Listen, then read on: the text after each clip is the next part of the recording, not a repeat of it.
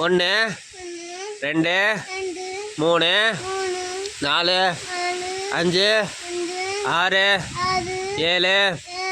8 9 10. இப்போ நீ சொல்லு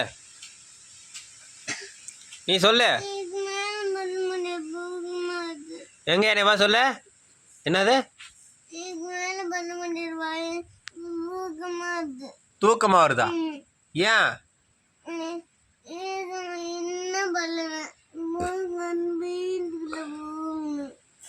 புரியல